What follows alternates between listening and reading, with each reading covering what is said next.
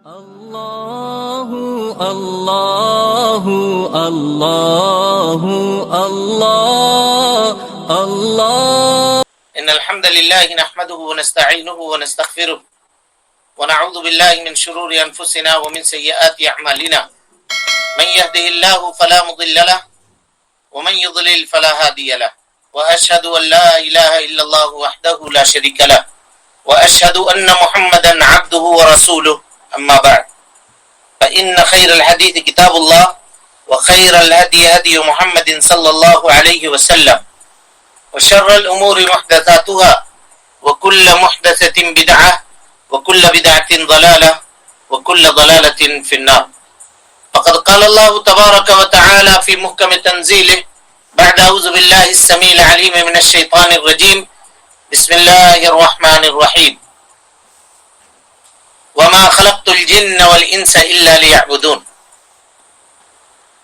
محترم حاضرین، سامعین و سامعات، ناظرین و ناظرات، کتاب التوحید کے اس درس میں آپ تمام حضرات کا خیر مقدم ہے. اللہ رب العالمین ہمارے اور آپ کے مل بیٹھنے کو قبول فرمائے. علم توحید، علم دین، علم نافع سیکھنے، اس کے مطابق عمل کرنے، اس کی دعوت عام کرنے اور اس کے راستے میں آنے والی مصیبتوں کے اوپر اللہ رب العالمین ہمیں اور آپ کو صبر کی توفیق نصیب فرمائے. حاضرین و حاضرات، کل کے درس میں حضرت معاذ ابن جبل رضی اللہ تعالی عنہ کی مشہور روایت کی تشریح ہم نے آپ کے سامنے کی تھی. سوال وہاں پہ یہ آیا تھا کہ ہم لوگوں نے یہ کہا ہے یا شروع سے درس میں آپ کے سامنے یہ بات آتی رہی ہے کہ توحید اس بات اور نفی کے بغیر مکمل نہیں ہو سکتا. تو یہاں پہ حدیث معاذ میں نبی صلی اللہ علیہ وسلم کا یہ کہنا کہ اللہ یعذب من لا یشرک باللہ شیئا، جو اللہ کے ساتھ کسی کو شریک نہ کرے اللہ رب العالمین اس کو عذاب نہ دے گا. یہ بندے کا حق ہے اللہ رب العالمین کے اوپر. تو یہاں پہ اس بات کہاں ہے؟ یہاں تو صرف نفی کا تذکرہ ہے. تو ہم نے کہا تھا کہ آپ لوگ تلاش کے لائیے گا. کہیں ملا آپ کو اس حدیث میں؟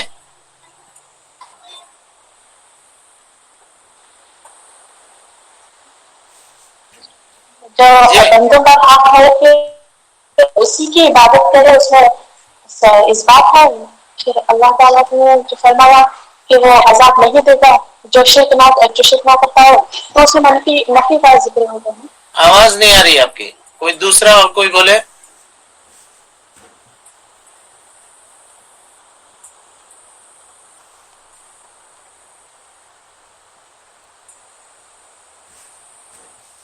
کسی کو نہیں ملا؟ اللہ تعالیٰ کا حق جو بندوں پر ہے کہ بندے صرف اسی کی عبادت کرے اور کسی کو شریک نہ کرے، تو اس میں اس بات بھی آ گیا نا. ہاں، اسی کی عبادت کریں. یہ شروع میں بیان ہوا. یہ کہنا چاہ رہے ہیں آپ؟ جی. یعبدوہ ولا یشرکوا بہ شیئا. یعبدوہ میں وہی بات بتانا چاہ رہے تھے. یعبدوہ میں اس بات کا تذکرہ کر دیا گیا. ٹھیک ہے. اور دوسرا اور کوئی اور کچھ مل رہا ہے؟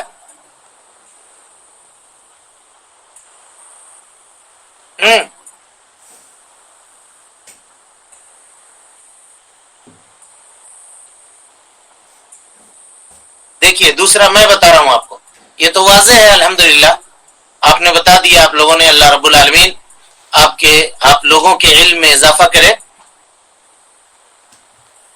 دوسرا ہے کہا کہ ما حق العباد علی اللہ.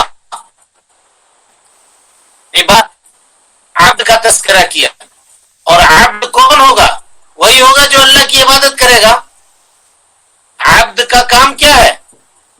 غلام کا کیا کام ہے؟ کہ وہ اپنے مالک کی فرما برداری کرے، ہے نا؟ تو جو عبادت کرنے والا نہیں ہوگا وہ اللہ رب العالمین کا حقیقی بندہ نہیں ہوگا. سمجھ میں آ رہی بات؟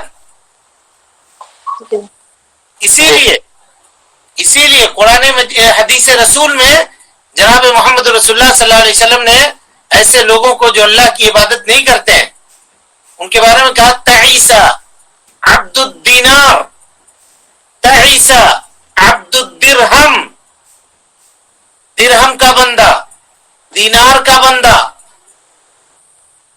ہے نا؟ کیونکہ درہم و دینار اکٹھا کرنے اور جمع کرنے کے چکر میں اس نے اللہ رب العالمین کو بھلا دیا، اللہ رب العالمین کے حقوق کو پامال کر دیا۔ تو کہا کہ عبد سے یہ پتہ چلتا ہے کہ وہ اللہ رب العالمین کی کا عبادت کرنے والا ہو۔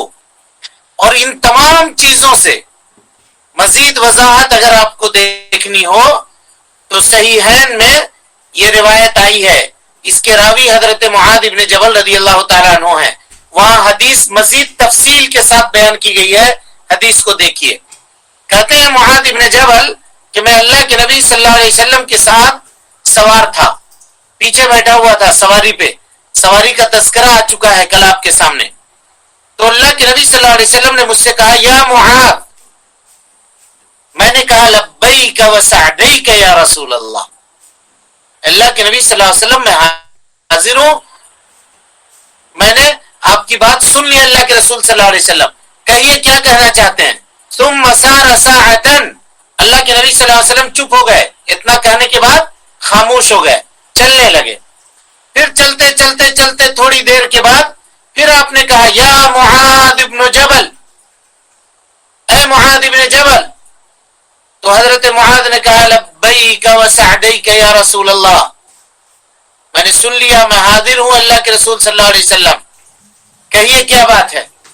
اللہ کے نبی صلی اللہ علیہ وسلم خاموش ہو گئے، پھر چلنے لگے۔ اب معاذ ابن جبل کی حالت کیا ہوگی اس کا اندازہ آپ لگائیے۔ نبی صلی اللہ علیہ وسلم کی اہتمام دیکھیے، توحید کے سلسلے میں آپ صلی اللہ علیہ وسلم کا کتنا اہتمام تھا، غور کیجیے۔ پھر تھوڑی دیر چلنے کے بعد اللہ کے نبی صلی اللہ علیہ وسلم نے کہا یا معاذ ابن جبل،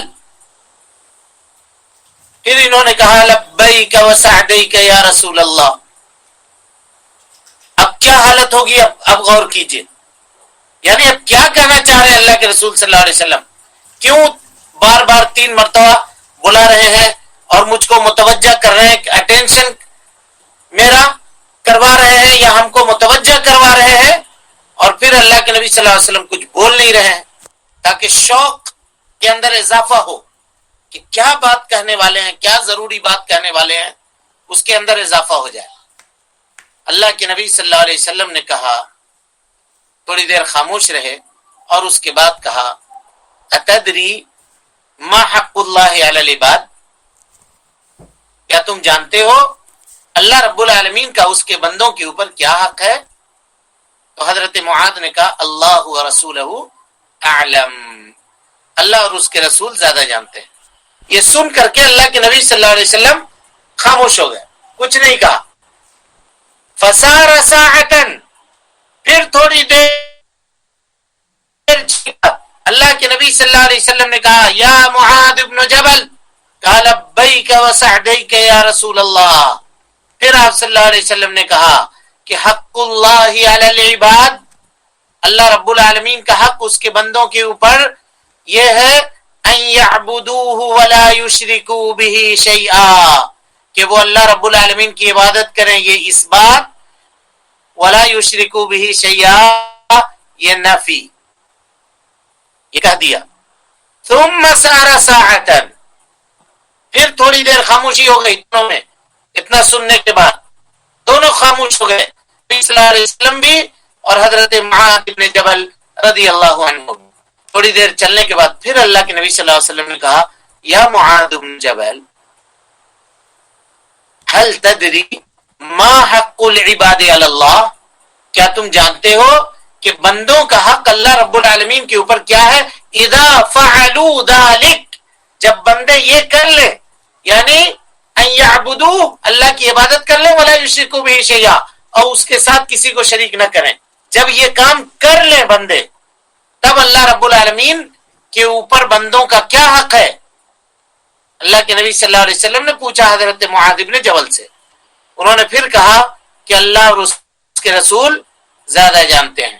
نبی صلی اللہ علیہ وسلم نے کہا کہ فَإِذَا فَعَلُوا ذالک یعنی عبد اللہ اللہ کی عبادت کر لے، ولم یشرکوا بہ شیئا اور اللہ کے ساتھ کسی کو شریک نہ ٹھہرائیں، تو اللہ رب العالمین ان کو عذاب نہیں دے گا، عذاب نہیں دے گا۔ عذاب کیا فی گئی موحد کے لیے، اس شخص کے لیے جو مشرک نہیں ہے، جو شرک کرنے والا نہیں ہے۔ علماء کہتے ہیں یہاں پہ عذاب کی نفی یا تو مطلق ہے یا مقید ہے۔ مطلق کیا ہے؟ یعنی ایسے لوگ یا تو جہنم میں داخل ہی نہیں ہوں گے موحدین، یا اگر کچھ گناہ ان سے ہوا ہو اور اللہ رب العالمین ان کے گناہوں کی سزا ان کو دینا چاہتا ہو تو اللہ تعالیٰ ایک مقررہ مدت کے لیے ان کو جہنم میں داخل کرے گا، اور پھر وہ اپنے گناہوں کی سزا کاٹ کر کے ایک نہ ایک دن جہنم سے ضرور باہر نکالے جائیں گے۔ ہمیشہ ہمیش جس طرح سے ایک مشرک جہنم میں رہے گا، ویسے کوئی بھی موحد آدمی جہنم میں نہیں رہے گا۔ کلیئر ہو گیا یہ معاملہ؟ جی، اس کی مزید تفصیل جب ہم لوگ دوسرے باب میں پڑھیں گے ابھی، تو دوسرے باب کے اندر آئے گی کہ جنت میں داخلہ کی کیا شروط ہیں اور کس طرح سے توحید والے جنت میں داخل ہوں گے۔ یہ مزید تفصیل آپ کے سامنے آئے گی انشاءاللہ۔ اصول ثلاثہ میں بھی پڑھ چکے ہیں، لیکن یہاں پہ ابھی اس کو بات کو اور تھوڑا پھیلائیں گے یہاں پہ انشاءاللہ العزیز۔ اب اس کے بعد معاذ بن جبل رضی اللہ تعالیٰ عنہ نے کہا کہ اللہ کے رسول صلی اللہ علیہ وسلم افلا ابشر الناس، کیا میں لوگوں کو اس کی بشارت نہ دے دوں؟ یہ جو عظیم بات آپ نے فرمائی ہے، اس کی خوشخبری کیا میں لوگوں کو نہ دے دوں؟ بڑی عظیم بات ہے کہ وہ آدمی جو اللہ رب العالمین کی توحید کی تحقیق کرے، اللہ کے ساتھ کسی کو شریک نہ ٹھہرائے، اللہ رب العالمین اس کو عذاب نہیں دے گا۔ یہ بشارت دے دوں لوگوں کو۔ اس سے یہ پتا چلا کہ مومنین کے تعلق سے کوئی بھی بشارت کی بات اگر ہو، خوشی کی بات ہو، جو ان کے دلوں کو خوش کرنے والی ہو، تو اس کو بتانے میں آدمی کو دیر نہیں کرنا چاہیے۔ یہ آدمی کے مکارم اخلاق میں سے ہے کہ خوشخبری کی چیزیں انسانوں کے سامنے واضح کرنی چاہیے، اور اس کی جو ان کے دلوں کو خوش کرے وہ چیزیں بتانی چاہیے، ان کو کہنی چاہیے، جو ان سے ریلیٹڈ ہے، ان سے تعلق ہے نا۔ اب کوئی آدمی یہ نہ سمجھے کہ اب مجھے کوئی پرسنلی کوئی خوشی حاصل ہونے والی ہے تو ہم جا کر دوسروں کو بیان کریں، تو ظاہر ہے وہ سن کر کے اس کو کیا ہوگا، اور اگر وہ دل کے اندر کینہ کپٹ رکھا ہوگا تو آپ سے حسد کرے گا، بغض کرے گا، تو وہ چیزیں اس کو نہ بتائیے۔ لیکن کوئی ایک عام فائدے کی چیز ہو جس سے سب لوگوں کو فائدہ پہنچ رہا ہو اور وہ سن کر کے سب لوگ خوش ہوں، تو وہ مومنین کو بشارت کی باتیں بتانا ہاں جی مستحب عمل ہے، نیک عمل ہے۔ اور جب خوشی کی بات بتانا نیک عمل ہے، تو وہ چیز جس کو سن کر کے مومن ناخوش ہو، مومن پریشان ہو، مومن کو تکلیف پہنچے، تو اس طرح کی خبر کو عام کرنا بھی ناجائز ہے اور درست نہیں ہے۔ سمجھ میں آ رہی بات؟ آج جو لوگ ویڈیو واٹس ایپ وغیرہ پہ وائرل کرتے ہیں، فلاں جگہ یہ ہوا، اس کو یوں مار دیا، تلوار سے کاٹ دیا، فلاں کر دیا، اس طرح کی چیزیں دیکھ کر کے آدمی کا دل پریشان ہو جاتا ہے۔ ایسی چیزوں کو وائرل نہیں کرنا چاہیے، اس کو نہیں پھیلانا چاہیے۔ اور یہ پتہ نہیں اس لوگوں کو اس وقت کیا ہو گیا ہے، ایسا ویڈیو لکھتے ہیں اور لکھتے ہیں آپ کو قسم ہے آپ کے دین کی کہ آپ کوئی گروپ مت چھوڑیے کہ اس میں پھیلائیے، آپ کو اللہ کی قسم ہے کہ اس کو کیا ہوگا اس کے پھیلانے سے؟ بھائی بولیے، کوئی فائدہ ہوتا ہے وہ پھیلانے سے؟ نہیں ہوتا۔ عجیب و غریب چلن عام ہے، باطل کو خاموش رہ کر کے اس کو مار دینا چاہیے۔ چاہے کہ ہم لوگ کیا کرتے ہیں کہ باطل کو پھیلانے کا ذریعہ بنتے ہیں۔ کوئی آدمی کہیں پہ باطل کی کوئی بات کر رہا ہے، آپ سن کے چپ رہ جائیے، اس کو منع کیا، اگر منع نہیں کر سکتے تو اس کی بات کو عادت کیجیے، کیونکہ پھر اگر ایسا ہوگا تو باطل کے پھیلانے میں آپ بھی حقدار ہوں گے، آپ کا بھی اس میں آپ کی بھی پارٹنرشپ ہوگی کہ ہم باطل کو عام کر رہے ہیں، پھیلا رہے ہیں۔ کوئی بھی آدمی باطل کیوں کہہ رہا ہے، بری بات کیوں کر رہا ہے؟ پریس کانفرنس لوگ آج کل کرتے ہیں، اور مسلمان ہے جو موبائل میں آیا ایک کے طرف، اور جب تک وہ 5-10 گروپ میں یہ جتنا گروپ ہے اس کے پاس، تب تک اس کو کھانا ختم ہونے والا نہیں ہے، پریشان رہے گا، وچلت رہے گا. کبھی کبھی دیکھیے کوئی میسج گروپ کے اندر 5 آدمی بھیج رہا ہے ایک ساتھ. کس بات کی جلدی ہے بھائی اتنی؟ کس بات کی جلدی ہے؟ تو اس کام سے اجتناب کرنا چاہیے، پرہیز کرنا چاہیے. ہاں کوئی خوشخبری کی بات ہے، کوئی اچھی بات ہے، کوئی جلسے کی بات ہے، کہیں پہ کوئی تقریر کی بات ہے، کوئی اچھا کلپ ہے کسی عالم دین کا، وہ کوئی نہیں بھیجے گا، وہ تو سنے گا بھی نہیں، تو دیکھ کر کے اسکپ کر دے گا. مولوی مولانا یہ سب خالی یہی سب بولتے رہتا ہے، یہ سب کر کے اسکپ کر دے گا. لیکن یہی اگر دوسری چیز ہو تو اس کو دیکھیے پھر پھیلانے میں کتنا مزہ آتا ہے. بھائی اگر ہم مسلمان ہیں تو ہمارے استعمال کی ساری چیزیں مسلمان ہونی چاہیے. ہمارا موبائل مسلمان ہو، سوچ مسلمان ہو، نظریہ مسلمان ہو. خالی یوں ہی ہم کہہ دیں گے ہم مسلمان ہیں تو اس سے کام چلنے والا نہیں ہے، اس سے کام چلنے والا نہیں ہے. بہرحال تو اللہ کے نبی صلی اللہ علیہ وسلم سے حضرت معاذ ابن جبل رضی اللہ تعالیٰ عنہ نے اجازت چاہی کہ اللہ کے رسول صلی اللہ علیہ وسلم کیا اس کی بشارت ہم دے دیں لوگوں کو؟ اللہ کے نبی صلی اللہ علیہ وسلم نے کہا نہیں، مت کہنا کسی سے. کہا کیوں؟ کہا اذن یتکلوا، لوگ اس کے اوپر بھروسہ کر لیں گے، عمل کرنا چھوڑ دیں گے. بعض لوگ عمل کرنا چھوڑ دیں گے، عمل میں کوتاہی کرنے لگیں گے، اس لیے تم یہ بشارت مت دو، لوگوں کو یہ مت بتاؤ. اب دیکھیے یہ حدیث صحیحین کی ہے، بخاری اور مسلم کی ہے. اس حدیث سے یہ پتا چلا کہ عالم کو یہ خیال رکھنا چاہیے کہ وہ اپنے شاگردوں سے، اپنے طالب العلموں سے کون سی بات بتا رہا ہے، اور طالب العلموں میں سے کچھ کو وہ خاص کر سکتا ہے کچھ پرسنل باتوں کو بتانے کے لیے. یہ خیانت نہیں ہوگی، یہ خیانت نہیں ہوگی، کچھ کو خاص کر سکتا ہے. جیسے صحابہ کرام رضوان اللہ علیہم اجمعین کی جماعت میں سے اللہ کے نبی صلی اللہ علیہ وسلم نے اس عظیم بشارت اور خوشخبری کے لیے صرف حضرت معاذ ابن جبل کو چنا. اور معاذ ابن جبل نے کہا کہ اللہ کے رسول کہہ دیں لوگوں کو. آپ نے کہا کہ نہیں کہنا لوگوں کو، لوگ اس کے اوپر بھروسہ کر لیں گے اور لوگ اس کے اوپر عمل کرنا چھوڑ دیں گے اس حدیث کو سن کر کے، ہے نا. علماء کہتے ہیں کہ اس کے اندر اشارہ ہے، اس حدیث کے اندر، یعنی معاذ بن جبل نے یہ کہا کہ نبی صلی اللہ علیہ وسلم نے مجھ کو منع کر دیا.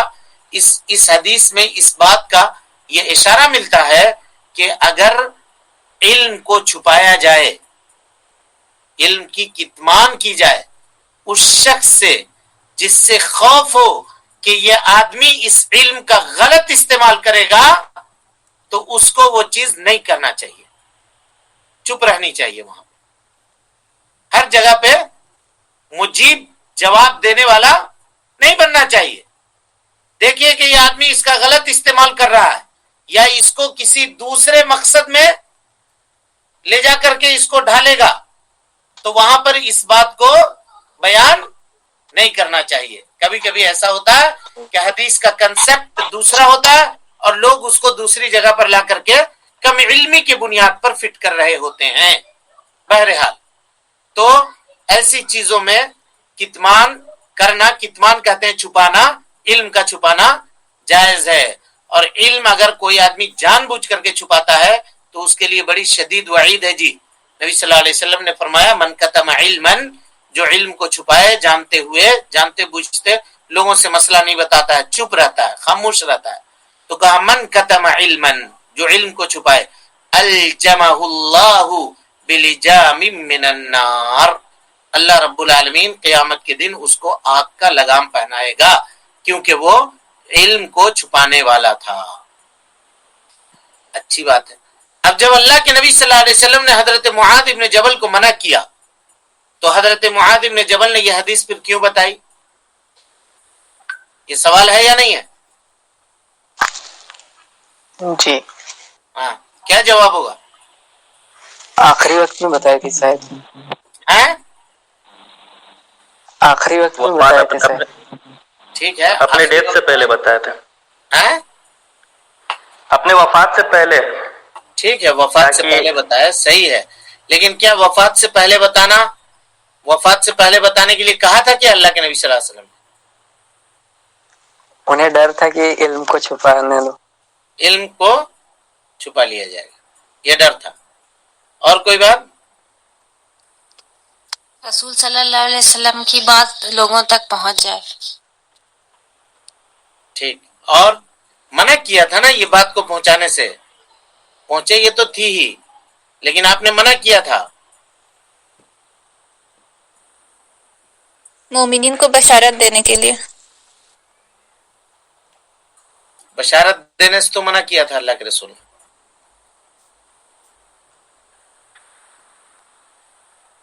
ایک حدیث میں ہے کہ مطلب کہ ان کو نہیں چھپانا ہے، بتانا ہے، جو ابھی آپ نے بتایا وہی والی حدیث. بہرحال دیکھیے حدیث میں ہی اس کا جواب موجود ہے. قال حضرت معاذ بن جبل نے کہ اللہ کے نبی صلی اللہ علیہ وسلم نے مجھ کو بتانے سے اس وجہ سے منع کیا تھا کہ لوگ اس کے اوپر بھروسہ کر لیں گے، تو تم لوگ اس حدیث کے اوپر بھروسہ مت کرنا. مطلب ایسا نہیں کہ لا الہ الا اللہ محمد رسول اللہ کہہ دیا اور عمل کچھ کر بھی نہ کرو، ایسا نہیں چلے گا، بلکہ عمل کرنا پڑے گا تم کو. یہ مطلب تھا اللہ کے نبی صلی اللہ علیہ وسلم کا، یہ جان لو، یہ سمجھ لو. اور اس کے بعد حضرت معاذ نے یہ حدیث بیان کی. اسی لیے اپنے اس بات کا ٹکڑا بھی اس حدیث کے ساتھ ذکر کیا کہ میں نے اللہ کے نبی صلی اللہ علیہ وسلم سے اجازت چاہی تو اللہ کے نبی صلی اللہ علیہ وسلم نے منع کر دیا. یہ کہا کہ لوگ اس کے اوپر بھروسہ کر لیں گے، تو اے لوگوں اس حدیث کے اوپر بھروسہ مت کرنا. یعنی اس حدیث کے اوپر بھروسہ مت کرنا کا مطلب کیا ہے؟ اس کے اوپر بھروسہ کر کے عمل کرنا مت چھوڑ دینا. جیسے آج کل لوگ ہیں جن کو کہیے کہ وہ یہ کہتے ہیں کہ چلو ہمارے پاس توحید ہے نا، ہم تو موحد ہیں، عمل کریں یا نہیں کریں چھوٹا موٹا غلطی تو ہوبے کرتا ہے، اللہ تعالیٰ اس کو معاف کرنے والا ہے. تو اللہ کے عفو درگزر کے اوپر بھروسہ کر کر کے گناہ کرنا جائز ہے؟ نہیں، بالکل نہیں ہے. جو اللہ عفو درگزر کرنے والا ہے وہی رب العالمین قہار ہے، وہی جبار ہے، وہی شدید العقاب ہے، سریع الحساب ہے یا نہیں ہے؟ عزیز ذو انتقام ہے، انتقام لینے والا ہے، منتقم ہے، بدلہ لینے والا ہے. تو وہ کیوں نہیں آدمی غور کرتا ہے اور اس کے اوپر کیوں نہ سوچتا ہے؟ اصول ثلاثہ میں تفصیلی گفتگو آ چکی ہے رجا اور خوف کے تعلق سے، کہ بندے کو رجا اپنے دل کے اندر کب رکھنی چاہیے اور بندے کو خوف اپنے دل کے اندر کب رکھنی چاہیے. جب نیکی کرے تو دل کے اندر رجا ہو کہ اللہ تعالیٰ قبول کرے گا، اور اسی طرح سے جب گناہ کرنے کا ارادہ ہو تو اس کے دل کے اندر خوف پیدا ہو. اور لوگ کوئی یہ ہے کہ کوئی یہ کہے گا کہ ہم شراب تو پیتے ہیں لیکن اللہ تعالیٰ معاف کرنے والا ہے، ہمارے گناہ کو معاف کر دے گا. ہم کیا پیتے ہیں کیا کھاتے ہیں اس سے آپ کو کیا مطلب ہے؟ وہ معاملہ میرا اور میرے رب کے درمیان ہے، ایسا لوگ کہتے ہیں. اللہ تعالیٰ ہم کو معاف کر دے گا. ارے آپ کو کیسے معاف کرے گا بھائی؟ توحید کے تقاضے کو پورا کرنا ہوگا نہیں کرنا ہوگا. لا الہ الا اللہ جنت کی چابی ہے، لیکن وہ چابی اگر بغیر دانت کے ہے، بغیر گھاٹ کے ہے تو کوئی تالا نہیں کھلے گا اس سے. اور چابی میں گھاٹ کیا ہے؟ عمل ہے، عمل کرنا پڑے گا. جب وہ عمل ہوگا تبھی جا کر کے وہ چابی سے جنت کا دروازہ کھلے گا. تو اس حدیث کو حضرت معاذ بن جبل نے اپنے موت کے وقت بیان فرما دیا، تعثمن، اس گناہ سے بچتے ہوئے، کہ کہیں ایسا نہ ہو کہ انتقال ہو جائے اور حدیث یہ عظیم حدیث میرے ساتھ ہی چلی جائے. لوگوں کے سامنے وضاحت کر دیا اور بتا بھی دیا کہ دیکھو جی اس وجہ سے نبی صلی اللہ علیہ وسلم نے منع کیا تھا تم کو بتانے سے، لیکن میں تم کو بتا دے رہا ہوں کہ تم اس کے اوپر بھروسہ مت کرنا. اس کے اوپر بھروسہ مت کرنا کہ اسی کے اوپر بھروسہ کر کے عمل کرنا تم چھوڑ دیتے ہو، ایسا مت کرنا. سمجھ میں آ گئی بات؟ جی. بلکہ اس حدیث میں اللہ رب العالمین کی جو مغفرت کا تذکرہ ہے، اللہ رب العالمین کی جو وسعت مغفرت کا تذکرہ ہے، اس کو سوچ کر کے بندے کو اور شوق میں عمل کرنا چاہیے کہ دیکھو اللہ کتنا بڑا غفور الرحیم ہے کہ اگر بندہ توحید کی تحقیق کرتا ہے روئے زمین کے اوپر، شرک سے اپنے آپ کو بچاتا ہے، تو اللہ تعالیٰ اس کو ہمیشہ جہنم میں نہیں جلائے گا. اس کا تقاضا یہ ہے کہ بندے کو چاہیے کہ وہ اللہ رب العالمین کا شکریہ ادا کرے اور عمل کرنے کی کوشش کرے. یہ نہیں کہ اس کے اوپر بھروسہ کر کے بیٹھ جائے کہ چلو توحید ہمارے پاس موجود ہے نا، اور اللہ تعالیٰ ہم کو چاہے گا تو بخش دے گا، ہم کو معاف کر دے گا. شرک تو ہم نہیں کیے ہیں، گناہ کر رہے ہیں تو کیا ہوا؟ ایسا نہیں ہے. ایک گناہ بھی اگر آدمی کو ہو تو اس کے خوف سے آدمی کو لرزنا چاہیے، اس کے خوف سے آدمی کو کانپنا چاہیے. آئے گی آگے گفتگو آئے گی. ابھی چونکہ ہم لوگ مقدمے کے اندر ہیں تو چلیے تھوڑا آگے بڑھتے ہیں. وجہ دلالت کیا ہے اس حدیث کے، یعنی اس حدیث کو بیان کرنے کی وجہ کیا ہے؟ اس حدیث میں توحید کی اہمیت کا اندازہ ہوتا ہے اور یہ پتہ چلتا ہے کہ یہ توحید اللہ رب العالمین کے حقوق میں سے جو اس کے بندوں کے اوپر ہے، یہ سب سے بڑا حق ہے. اور اسی طریقے سے توحید جو ہے یہ گناہوں کے مغفرت کا ذریعہ ہے، جنت میں داخل ہونے کا سبب ہے، جیسے کہ اس کے بعد میں آنے والے باب میں آپ کے سامنے بیان ہوگا. شیخ الاسلام محمد بن عبد الوہاب رحمت اللہ علیہ اس افتتاحیہ کے اندر ہمارے لیے، یا اس افتتاحیہ میں جو انہوں نے بیان کیا ہے، اس میں انہوں نے ہمارے لیے توحید کی اہمیت کا تذکرہ کیا ہے کئی ایک معاملے کے ذریعے سے. ان میں سے ایک معاملہ یہ ہے کہ توحید کے وجہ سے اللہ رب العالمین نے انسانوں کو، جناتوں کو، بلکہ پوری کی پوری مخلوقات کی تخلیق فرمائی توحید کے لیے، توحید کے وجہ سے. اور اسی طرح سے دوسری بات یہ ہے کہ اللہ رب العالمین نے جتنے انبیاء اور جتنے رسولوں کو روئے زمین کے اوپر بھیجا ہے، ان تمام انبیاء اور رسولوں کے روئے زمین کے اوپر بھیجنے کا مقصد یہ تھا کہ وہ اللہ رب العالمین کی توحید کی دعوت دیں اور لوگوں کو شرک سے اجتناب کی دعوت دیں. چلیے اس کے بعد مسائل جو ہیں، مسائل کو پڑھیے. مسائل جن و انس کی تخلیق میں اللہ تعالیٰ کی یعنی اتنی باتیں جو ہم لوگ پڑھ چکے ابھی، اتنی باتیں جو پڑھ چکے، اس سے ہم لوگوں نے کیا سیکھا؟ یہ ایسنس ہے اس چیز کا جو کچھ ہم لوگوں نے پڑھا ہے، اس کا نچوڑ ہے، اس کا خلاصہ ہے. چلیے. ایک جن و انس کی تخلیق میں اللہ تعالیٰ کی حکمت کار فرما ہے. 2 عبادت سے اصل مراد الجن والانس الا لیعبدون، یہ حکمت ہے انسان و جنات کی تخلیق کی. چلیے. عبادت سے اصل مراد توحید ہے، کیونکہ جملہ انبیاء اور ان کی امتوں کے درمیان یہی بات متنازع تھی. ہاں، جملہ انبیاء اور رسولوں کے امتوں میں یہی بات متنازع تھی. یہ ایک عظیم بات کہہ رہے ہیں شیخ الاسلام، غور کیجئے گا. کون سی بات متنازع تھی بتائیے؟ متنازع کے معنی جھگڑا. جس چیز میں جھگڑا ہوا ہے وہ جھگڑا کیا تھا؟ توحید الوہیت. توحید الوہیت میں، توحید عبادت جس کو کہا جاتا ہے، اسی میں جھگڑا ہوا. باقی ربوبیت کا اقرار سب کرتا تھا. ہم نے پہلے ہی آپ کے سامنے بیان کیا کہ اگر اس کا عقل صحیح ہے، دماغ صحیح کام کر رہا ہے، تو کبھی بھی انکار نہیں کر سکتا ہے کہ آسمان و زمین کی تخلیق کرنے والا اللہ رب العالمین نہیں ہے. کبھی نہیں کہے گا یہ بات، ہے نا. فرعون بھی اس بات کو مانتا تھا، لیکن تکبر کرتے ہوئے اپنی زبان سے ایسا کہتا تھا کہ میں انا ربکم الاعلی، یہ کہا کرتا تھا. سمجھ میں آ رہی بات؟ تو انبیاء کے درمیان، انبیاء کی امتوں کے درمیان توحید کا جو مسئلہ متنازع تھا، جس میں لڑائیاں ہوئی، وہ مسئلہ توحید العبادت تھا، جس کو توحید الالوہیت کہتے ہیں، توحید الوہیت کہتے ہیں. جی.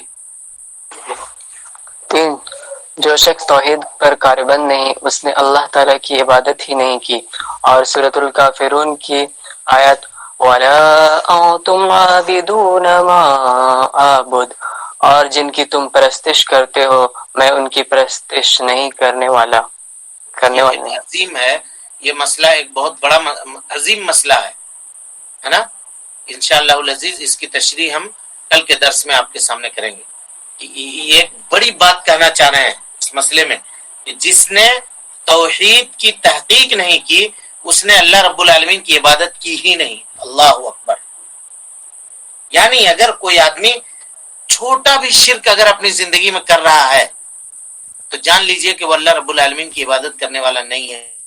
اگرچہ وہ نماز پڑھتا ہو، اگرچہ وہ روزہ رکھتا ہو، اگرچہ وہ زکوٰۃ دیتا ہو، لیکن اگر شرک ہے اس کی زندگی میں، اگرچہ وہ حج کرتا ہو، تب بھی وہ اللہ رب العالمین کی عبادت کرنے والا نہیں ہے، کیونکہ توحید اور شرک ایک ساتھ جمع نہیں ہو سکتے ہیں. کیسے نہیں ہو سکتے ہیں اس کی تشریح ہم کل کریں گے اسی پوائنٹ کے اوپر انشاءاللہ. اب اس سے بہت مسائل پیدا ہوں گے. اگر اس کو اس کی تشریح اگر ہم کھل کے سمجھ لیں تو یہ کتاب کا نچوڑ اور خلاصہ ہوگا. انشاءاللہ ہم کوشش کریں گے کہ اس سے جو پیغامات ہونے ہیں وہ آپ تک دینے کی کوشش کریں. اللہ رب العالمین سے دعا ہے کہ اللہ تعالی ہمیں اور آپ کو حسن عمل کی توفیق دے، ہماری اصلاح فرمائے، ہماری نیکیوں کو قبول فرمائے، سیئات سے درگزر فرمائے. اللہ رب العالمین جب تک زندہ رکھے دین اسلام پہ زندہ رکھے اور جب اٹھائے ایمان پہ اٹھائے. آمین. اقول قولی هذا واستغفر الله لي ولكم ولسائر المسلمين من كل ذنب وخطيئة فاستغفروه انه كان للأوابين غفورا. والسلام عليكم ورحمة الله وبركاته. الله الله الله الله الله الله الله الله الله